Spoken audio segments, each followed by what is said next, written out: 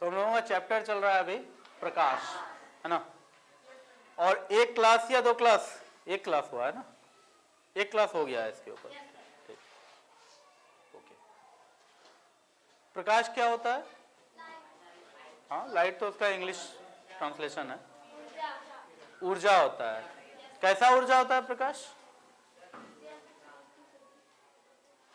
प्रकाश ऊर्जा होता है। कैसा ऊर्जा होता है? जिससे किसी वस्तु को देख सकते हैं। प्रकाश वह ऊर्जा है जिससे हम किसी वस्तु को देख सकते हैं। ठीक है। आखिर क्या करता है प्रकाश, क्या करता है कि हम किसी वस्तु को देख लेते हैं? तो इसमें बताए थे कि सबसे पहले तो प्रकाश आकर के किसी वस्तु पे पड़ता है, या फिर या तो वस्तु पर पड़ जाए, वहां से टकरा के हमारे आंखों पर आए, या दूसरा तरीका होता है कि प्रकाश उस वस्तु से ही निकल रहा हो।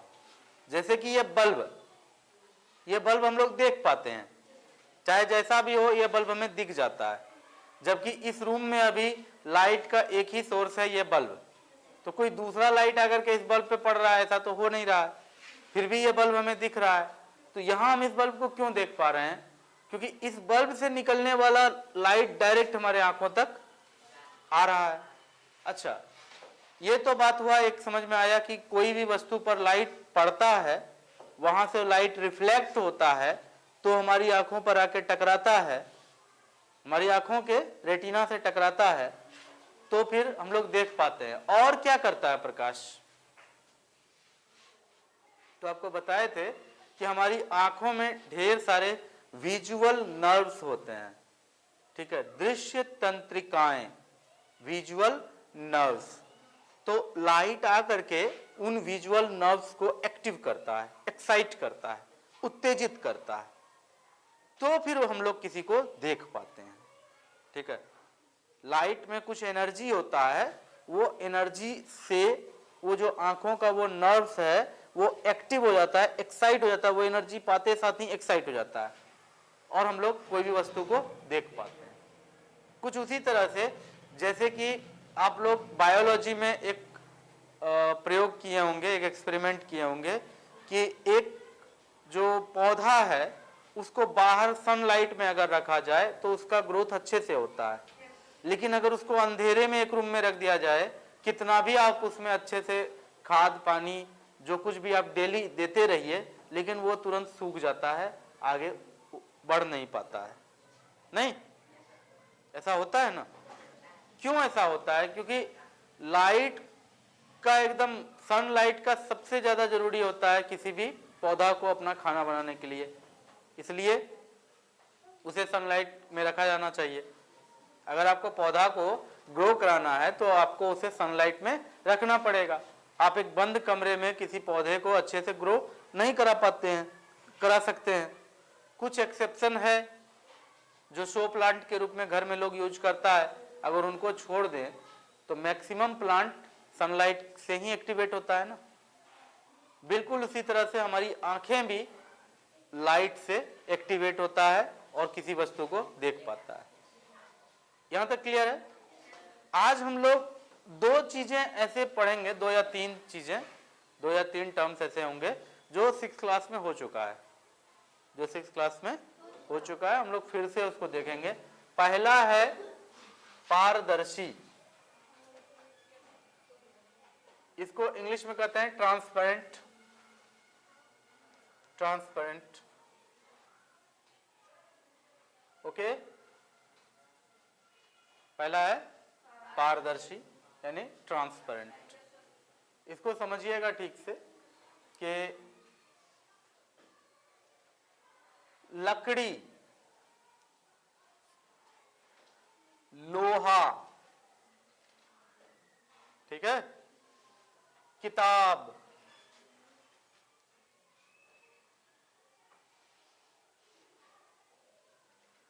सोना, चांदी इत्यादि। ठीक है, ये सब मैंने लिखा है, अब मैं कुछ कर रहा हूं आगे। एक टॉर्च है,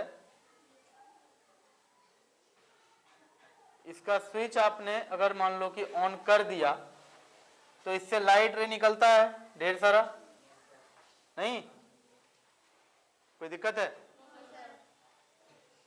और यहां पर एक बॉल रखा हुआ है और पूरा रूम में अंधेरा है, पूरा रूम में अंधेरा है। एक बॉल रखा हुआ है जिसे कि आप इस टॉर्च को जलाएं तो ये बॉल दिखना शुरू हुआ है, एकदम अच्छे से शाइन करता हुआ दिख रहा है ये बॉल।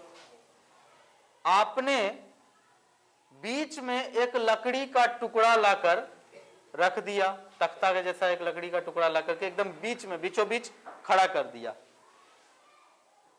तो क्या आपको ये बॉल अब पहले जैसा दिखेगा? दिखेगा भी तो एकदम अंधेरा जैसा दिखेगा, पहले जैसा शाइन करता हुआ तो नहीं दिखेगा, है ना। तो इस लकड़ी ने क्या किया कि जो भी प्रकाश किरण जा रहा था इस पहले एकदम आराम से हवा में, इस लकड़ी के रख देने से क्या होता है कि वो प्रकाश किरण रुक जाता है, इस लकड़ी को भेद करके वो आगे नहीं जा पाता है ना। फिर इस लकड़ी को हम हटा देते हैं और सेम इसी लकड़ी के जो साइज का लोहा लाकर रख देते हैं, तो तब क्या लाइट जाएगा इस पर? किताब लाके रख देंगे तो, सोना या चांदी का कुछ बना हुआ लाके रख देंगे तो, किसी भी हालत में जब उसका लाइट के रास्ते में आप ये सब कुछ भी रखेंगे तो लाइट उसको पार करके बॉल तक नहीं जा पाएगा। और इस तरह के किसी भी वस्तु को कहा जाता है अपारदर्शी वस्तु। ठीक है, मुझे पढ़ाना था पारदर्शी, मैं बता रहा हूं अपारदर्शी का, चलो ठीक है। अपारदर्शी वस्तु,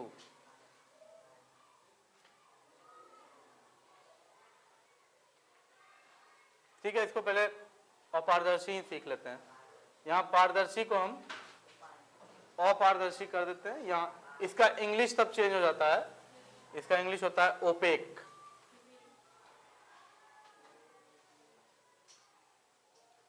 एनी प्रॉब्लम?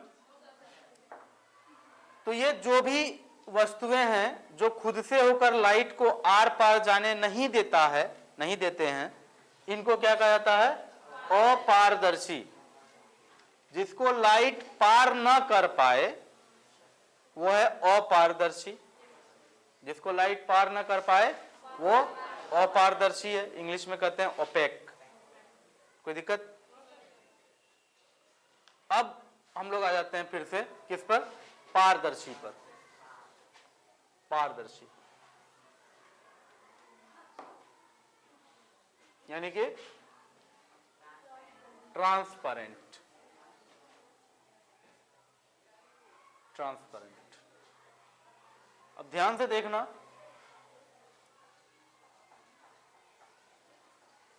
यही लाइट आ रहा था हमारा टॉर्च का अच्छे से, बीच में हमने एक बहुत ही अच्छा एकदम ग्लास, ठीक है, पूरा क्रिस्टल क्लियर ग्लास हमने यहां पर बीच में रख दिया। तो हम देखते हैं कि लाइट को कोई फर्क ही नहीं पड़ा, लगा ही नहीं कि लाइट के बीच में कुछ रखा हुआ है, टॉर्च और बॉल के बीच में कुछ रखा हुआ है, ऐसा फील ही नहीं हुआ। क्यों? क्योंकि बीच में ऐसा पदार्थ रखा हुआ था जिसके आर पार लाइट जा सकता है। और ऐसे ही पदार्थ को, ये जो ग्लास है, ऐसे ही पदार्थ को क्या कहा जाता है? पारदर्शी पदार्थ या पारदर्शी वस्तु। ट्रांसपेरेंट ऑब्जेक्ट, जिन ऑब्जेक्ट से होकर के लाइट पार कर जाए उसे पारदर्शी वस्तु कहते हैं। तो इसका एग्जाम्पल क्या होता है? तो इसका एग्जाम्पल होता है, क्या होगा इसका एग्जाम्पल? तो शीशा एक चीज होता है, एक्रिलिक, उस होकर के भी हो जाता है ये काम। ठीक है, एक पदार्थ होता है एक्रिलिक, फाइबर ही होता है। ज्यादातर चश्मा जो आता है वो एक्रिलिक का ही बना हुआ आता है, ठीक है, फाइबर ग्लास होता है, उससे दिक्कत भी है, ठीक है ना। जो भी हो, अभी तो जो पढ़ रहे हो पढ़ो। शीशा एक्रिलिक होता है, वाटर होते हुए भी लाइट आर पार चले जाता है, क्लीन वाटर अगर है तो। किसी ग्लास में क्लीन वाटर लो, उसके नीचे में कोई सिक्का गिरा दो, ऊपर से तुम्हें देखने पर सिक्का दिखता है? बिल्कुल दिखता है, दिखता है। तो इसलिए शीशा भी होगा, सॉरी वाटर भी होगा, पानी भी होगा। और बताओ, और कुछ कुछ चीजें होती है, ठीक है, कुछ तेल होते हैं, तेल के भी आर पार दिख जाता है। कुछ ऐसा तेल होता है जिसके आर पार दिख जाता है। तो वो सारी वस्तुएं जिनसे होकर प्रकाश आर पार चला जाता है उसको कहते हैं पारदर्शी वस्तु, यानी ट्रांसपेरेंट ऑब्जेक्ट। और जिन वस्तुओं से होकर के प्रकाश आर पार नहीं जा पाता है उनको कहते हैं अपारदर्शी वस्तु, यानी कि ओपेक ऑब्जेक्ट। कोई दिक्कत है? अब देखो यहां एक होता है पारभासी। देखो ये सब 6th क्लास में पढ़े हुए, इसलिए बहुत मुझे तो ये सब पढ़ाना भी नहीं था, लेकिन तो सिंस लॉकडाउन लगा हुआ था 2 साल से, तो आप लोग पढ़ नहीं पाए हैं ठीक से, इसलिए मैं जितना हो सकता है पीछे का रिवाइज करवा रहा हूं। पारभासी, ट्रांसल्यूसेंट,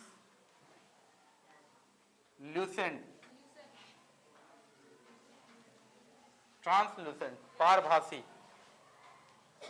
वही बात है कि टॉर्च है, टॉर्च आपने जलाया, अंधेरा है पूरा रूम, यहां से लाइट निकल रहा है और यहां बॉल आपने रख दिया है, बॉल आपको दिख रहा है। बीच में आपने क्या किया कि एक पेपर रखा है, और वो पेपर कैसा है, पेपर को पूरा आपने तेल लगा दिया है, पेपर को आपने तेल में डुबा के निकाल लिया है, उसको अच्छे से रगड़ दिया है। अब आपने उस पेपर को बीच में रखा है, तो क्या ये बॉल दिखेगा? दिखेगा बॉल, लेकिन बहुत धुंधला धुंधला दिखेगा, पहले जितना शाइन करता हुआ बॉल नहीं दिखेगा। तो कुछ ऐसे पदार्थ, कुछ ऐसे वस्तु होते हैं जिनसे होकर प्रकाश किरणें आर पार नहीं जा पाता है, ठीक से पूरी तरह से आर पार नहीं जा पाता है, जाता है आंशिक रूप से जाता है। यानी कि इतना सारा लाइट रे गया, उसमें से पास होके 3 ही गया उस पार। आई बात समझ में? तो जिन वस्तुओं से या जिन पदार्थों से होकर प्रकाश किरणें आंशिक रूप से जाती हैं, या जिन पदार्थों को या जिन वस्तुओं को प्रकाश किरणें आंशिक रूप से पार कर पाती है, उसे पारभासी पदार्थ कहते हैं। अब आंशिक रूप का मतलब समझते हो ना? आंशिक रूप नहीं समझते हो? कुछ अंश जा रहा है, पूरा का पूरा नहीं जा रहा है, कुछ अंश जा रहा है। अंश समझे? अब अंश मतलब कुछ भाग। जिन पदार्थों से होकर प्रकाश किरणों का कुछ भाग आर पार जा पाता है, उन पदार्थ को कहते हैं पारभासी पदार्थ, यानी ट्रांसलूसेंट ऑब्जेक्ट। कोई दिक्कत? यहां तक क्लियर है? चलो बहुत अच्छी बात है, यहां तक क्लियर है।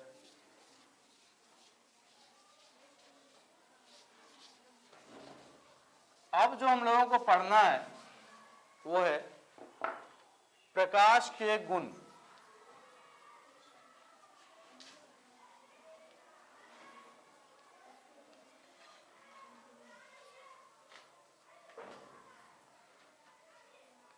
Properties of light.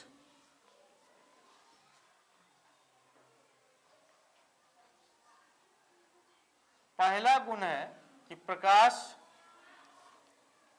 सदैव सीधी रेखा में गमन करती है।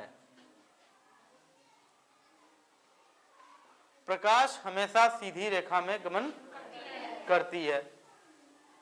कोई दिक्कत है इसमें? ये बात है। अब देखो, इसके लिए हम लोग एक प्रयोग करते हैं, एक एक्सपेरिमेंट करते हैं। एक्सपेरिमेंट क्या है बता देते हैं। कहीं पर एक डार्क रूम में आपने एक कैंडल जला दिया, ठीक है,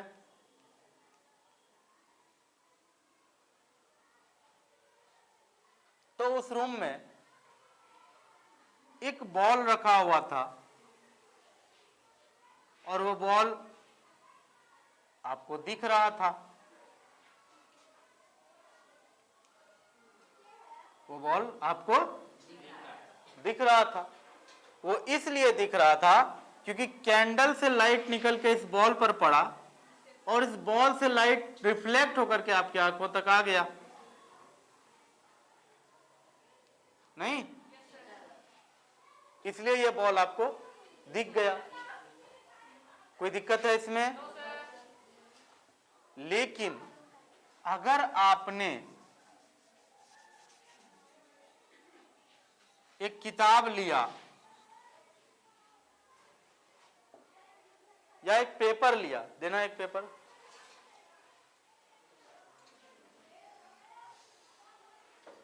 जल्दी दो ना। आपने ये पेपर लिया, इसको इस तरह से गोल किया, ठीक है, और इस जगह जो आपका आंख है यहां से आप ऐसे करके देखते हैं बॉल को, बॉल दिखेगा? बिल्कुल दिखा, हमको अभी दिखा, हमने यहां से देखा, बॉल में दिखा, क्योंकि ये सीधा है। तो फिर इस तरह से आपने एक पाइप लेकर के, इसका पाइप बनाया ना हमने, ये पाइप लेकर के हमने जब देखा तो ये बॉल दिखा, ठीक है, दिख गया, नो प्रॉब्लम। अब कहानी में थोड़ा ट्विस्ट लाते हैं। ट्विस्ट ये है कि हम पाइप को थोड़ा सा घुमा देते हैं इस तरह से, लेकिन अब हमें कुछ नहीं दिख रहा, अंधेरा ही अंधेरा दिख रहा है, ठीक है।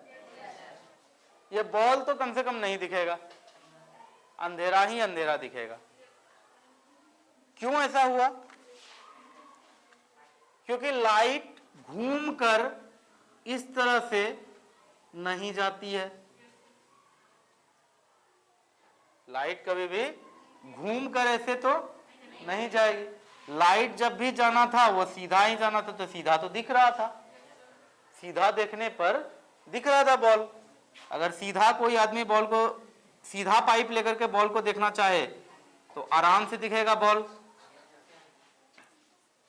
लेकिन कोई अगर बहुत ज्यादा होशियार है कि नहीं हम टेढ़ा पाइप लेकर के बॉल देखेंगे, बॉल पर जो भी लाइट आकर के पड़ा है वो रिफ्लेक्ट हो करके इसमें बेंड होकर के अंदर जाएगा, तब फिर यहां फिर से बेंड होकर के तब मेरे आंखों तक आएगा और मुझे ये बॉल दिख जाएगा। ऐसा होगा? नहीं हो सकता है, कभी भी नहीं हो सकता है।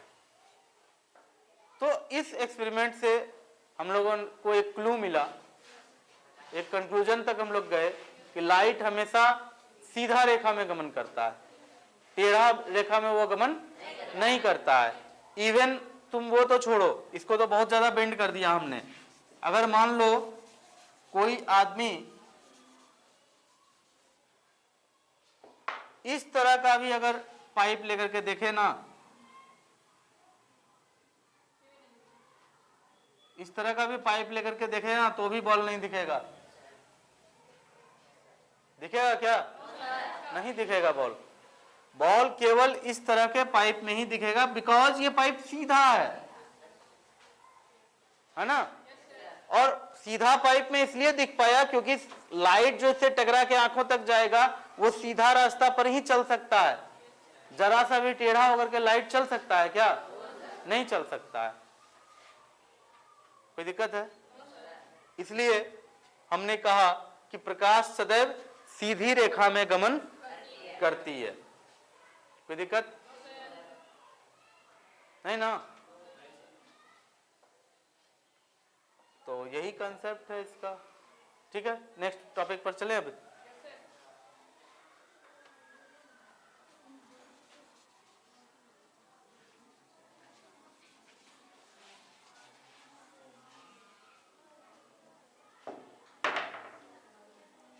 दूसरा है कि दूसरा एक डेफिनेशन के तरह ही याद रखना कि असंख्य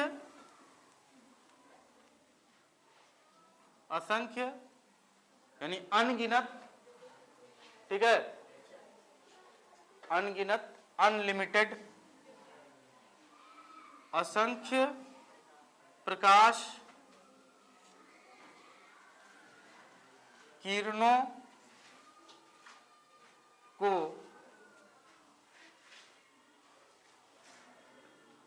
मिलाकर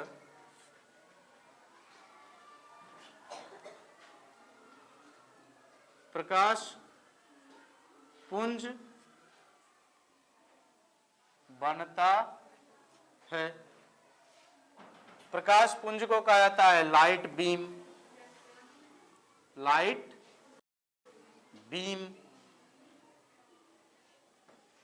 याद रखना, अगर कोई तुमसे पूछे कि क्या तुम लाइट का एक रे कहीं पर डाल सकते हो, तुम सीधे बोल देना नहीं। लाइट का एक रे कभी नहीं हो सकता है। लाइट जब भी कहीं किसी जगह पड़ता है तो बीम ऑफ लाइट होता है। जैसे बीम ऑफ लाइट मतलब यानी प्रकाश का पुंज होता है। आपने टॉर्च जलाया तो टॉर्च से जो लाइट निकला वो एक रे थोड़ी होता है, अनगिनत नंबर ऑफ लाइट रेज यहां पर होता है, इनन्यूमरेबल, अनगिनत होता है। ये टॉर्च जलाने पर जो लाइट रे आगे जाता है, जो आपको जाते हुए दिखता है लाइट का रे, वो एक रे थोड़ी ना होता है, अनगिनत नंबर ऑफ लाइट रेज वहां पर जा रहा होता है। और कुल मिलाकर के सबको हम क्या कहते हैं? प्रकाश पुंज, लाइट बीम, ठीक है ना।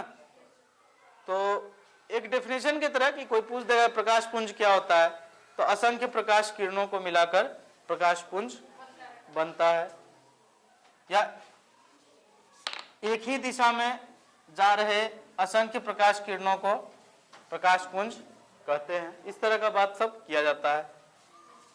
आपकी जानकारी के लिए बस आपको यहां पर लिख के बता दिया गया। आगे देखना, जो सबसे इंपॉर्टेंट टॉपिक है आपके इस चैप्टर का वो है प्रकाश का तीसरा प्रॉपर्टी है प्रकाश का परावर्तन। ये बहुत ही इंपॉर्टेंट टॉपिक क्लास 7 का। इसको हम लोग थोड़ा टाइम देके समझने का, सीखने का कोशिश करेंगे, ठीक है। आप लोगों में से कितने लोग हो जो क्रिकेट खेले हो?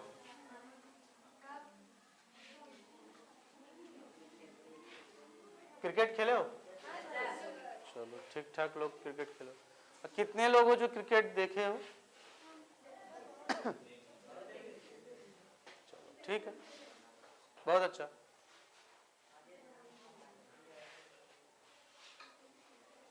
जो क्रिकेट खेला है उसने रिफ्लेक्शन यानी प्रकाश का परावर्तन को इंग्लिश में कहा जाता है रिफ्लेक्शन। उसने रिफ्लेक्शन को हमेशा फील किया है, महसूस किया है। जिसने क्रिकेट खेला है उसने परावर्तन को फील किया है। कैसे? आप बॉलिंग करते हैं उस समय भी, बैटिंग करते हैं उस समय भी, और फील्डिंग करते हैं तो उस समय तो सबसे ज्यादा। कैसे? बैट्समैन अगर यहां है,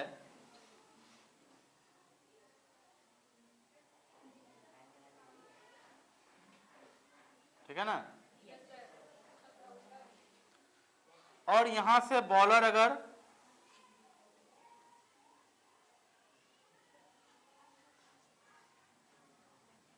बॉल फेंक रहा है, तो बॉल अगर उसने जोर से यहां पटक दिया ना तो गजब का फुल टॉस जाएगा, नहीं जाएगा? बाउंसर कह लो, फुल टॉस कह लो, जो कह लो, चले जाएगा, है ना। बॉल को बॉलर कहां पटकता है? यहां पटकता है। तो उस हिसाब से शॉर्ट पिच गेंद इसको मिलता है। और ये भी इस चीज को अच्छे से वॉच करता है कि बॉल कहां पटकाया है, क्योंकि जहां जमीन पर जिस तरह से बॉल गिरेगा उसी तरह से बॉल उछलता है, जैसा टप्पा खाता है उसी तरह से वो उछलता है। यहां जोर से अगर मार देगा तो बहुत तेज बाउंसर जाएगा, है ना। तो हम ये इसलिए याद दिलाए क्योंकि जो भी बॉलिंग किए होगे, जो भी बैटिंग किए होगे, ये इस बात का विशेष ध्यान रखते होगे कि बॉल को कहां टकराना है ले जाकर के, क्योंकि इतना तो सबको पता है कि बॉल एक बार टकराएगा जमीन से तो जमीन में धंस नहीं जाएगा, वो वहां से फिर रिबाउंस करेगा, उछाल मारेगा। और कैसा उछाल मरवा करके हमको बैट्समैन को देना है ये बॉलर तय करता है ना। ऐसा तो है नहीं कि डायरेक्ट यहां से फेंकेगा, डायरेक्ट बॉलर का बल्ला को छोड़ करके डायरेक्ट विकेट में जाके लगे, ऐसा हो सकता है क्या? कि हवा में एकदम ऊपर फेंक देंगे, ठीक है, यहां से एकदम ऊपर फेंक देंगे, वहां से ऐसा निशाना लगा के फेंकेंगे आकर के यही विकेट पर गिरे, ऐसा हो सकता है? और ऐसा करना भी चाहे तो नहीं कर पाएगा, क्योंकि इतना ऊंचा रहेगा ना, इसको प्रॉपर टाइमिंग मिलेगा कि बल्ला घुमा करके बॉल को मार करके बाउंड्री वाल के बाहर कर दे, है ना। तो बेसिक बात यहाँ ये है कि रीबाउंस यानी उछाल पर ही पूरा खेल निर्भर करता है। बैट्समैन को भी यही देखना है कि बॉल कैसा उछाल मार रहा है, बॉलर को भी अपने जरूरत के हिसाब से बॉल को उछलवाना है, बॉल को ऐसा पटकना है कि उछाल उस तरह से अच्छे से मारे। यही तो है रिफ्लेक्शन।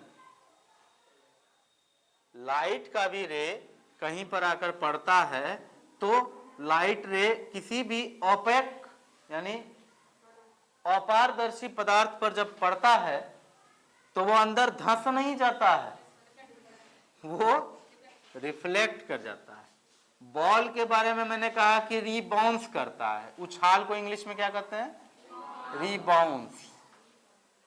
और लाइट के केस में कहते हैं रिफ्लेक्ट। ज्यादा अंतर नहीं है, काम वही हो रहा है। यहां का रास्ता हमने सीधा नहीं बनाया क्योंकि यहाँ गुरुत्वाकर्षण के कारण रास्ता थोड़ा गोल टाइप का है। आगे पढ़ोगे 11th 12th 9th 10th में कि इसको प्रक्षेपण गति कहते हैं, वो छोड़ो हटाओ, उसको गोली मारो। मतलब बॉल जो आता है थोड़ा सा ऐसे करके आता है और ऐसे करके निकलता है। ध्यान से अगर देखे होगे तो फीलिंग आ रहा होगा। लाइट एकदम सीधा चलता है, कहीं भी किसी अपारदर्शी पदार्थ के सतह से टकराने के बाद फिर वो छिटक जाता है। अरे ये बात समझ में? ये जो इस तरह का घटना होता है इसी को कहा जाता है लाइट का रिफ्लेक्शन, रिफ्लेक्शन ऑफ लाइट। तो जो एक बॉलर है अच्छा, बैट्समैन है अच्छा, वो इसको बहुत इजीली समझेगा और क्लास में हर कोई हो। अरे नहीं तो कम से कम क्रिकेट देखे तो हो। क्रिकेट नहीं देखे हो तो क्या हुआ, लाइफ में ऐसा ढेर सारा मौका मिलता है कि आप देखते हैं कि दीवार पर किसी चीज को फेंके हम तो जितना जोर से फेंके उसी हिसाब से वो फिर वापस टकरा करके आता है। नहीं होता ऐसा? ऐसा अक्सर होता है। अरे कुछ नहीं तो बॉल को तो फर्श पर हर कोई पटके होगे जीवन में, ऐसा संभव है कि नहीं पटके होगे? तो वहीं से तुमको अंदाजा लग गया होगा। तो लाइट भी वही है, लाइट रे भी किसी दीवार पर अगर जाके ऐसे टकराएगा तो इस तरह से निकल जाएगा। अरे सुनो ना ध्यान से, यहां देखो, देखो ये तो समझ में आ गया थोड़ा बहुत। आगे देखते हैं।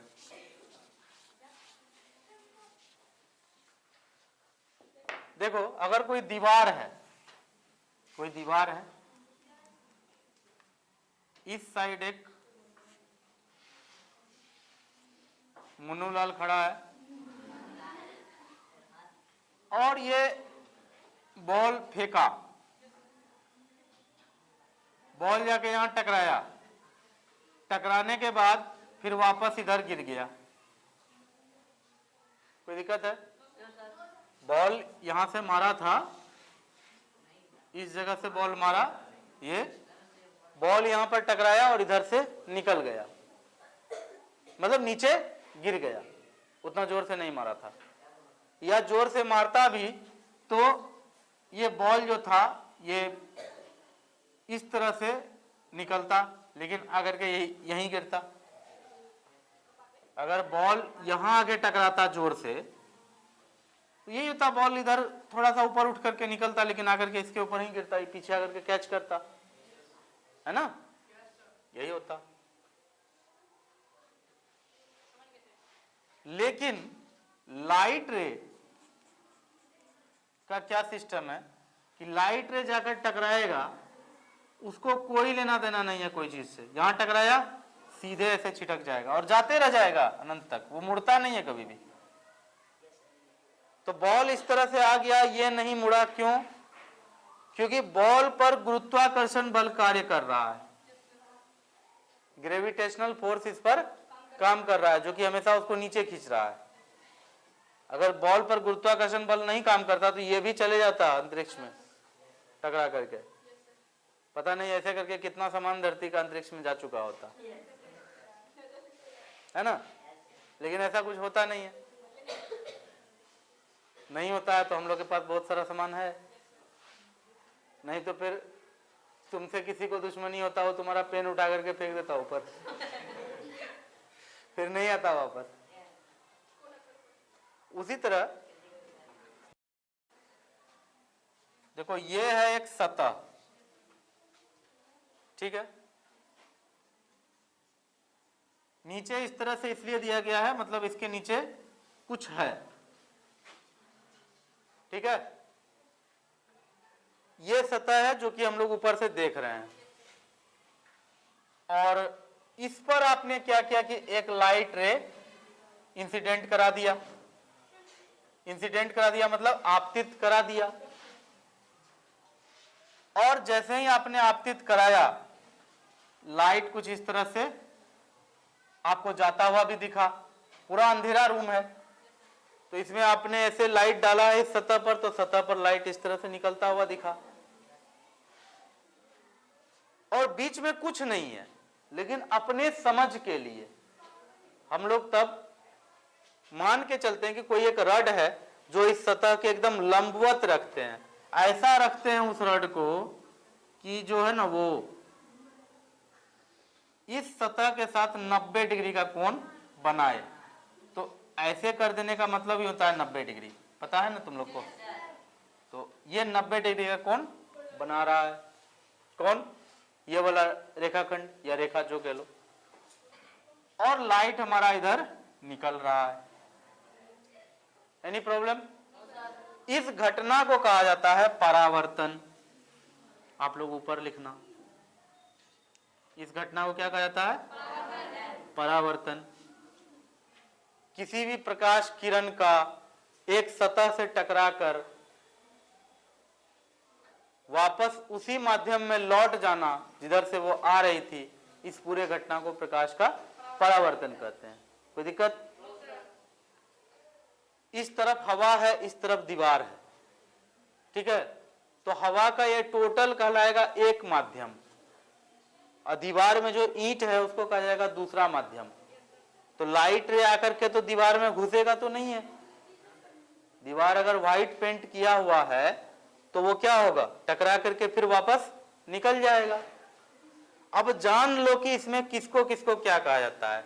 इसको कहा जाता है सतह, कोई दिक्कत नहीं, तो दिख भी रहा है, ये जो सतह है आपका, इस पे 90 डिग्री पे जो हम लोगों ने एक रेखा इमेजिन किया है, कल्पना किया है, जो रियल में होता नहीं है, कल्पना किया है एक 90 डिग्री पर एक रेखा, उसका नाम है अभिलंब। उसका नाम क्या है? अभिलंब, नॉर्मल।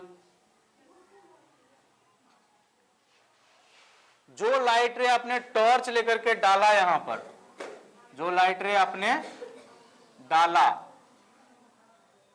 उस लाइट रे का नाम है इंसिडेंट रे। इंसिडेंट रे, आपतित किरण,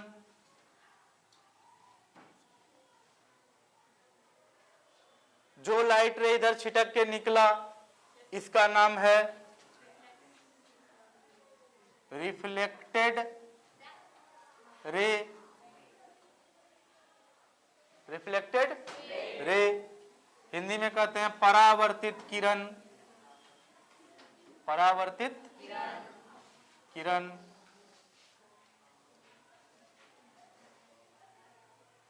आपतित किरण अभिलंब के साथ जो कोण बनाता है उसको कहते हैं आई। क्या कहते हैं?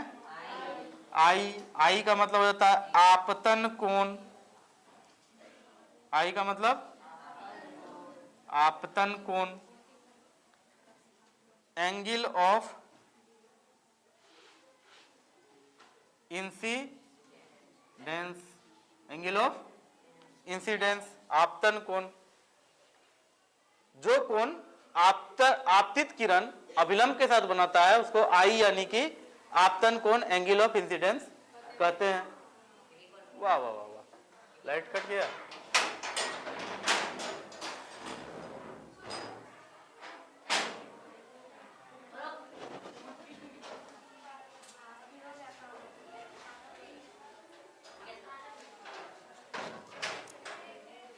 इसको कहते हैं आपतन कोण। जो परावर्तित किरण अभिलंब के साथ बनाता है उसको कहते हैं, क्या कहते हैं इसको? परावर्तन कोण। परावर्तन कोण यानी कि एंगल ऑफ रिफ्लेक्शन।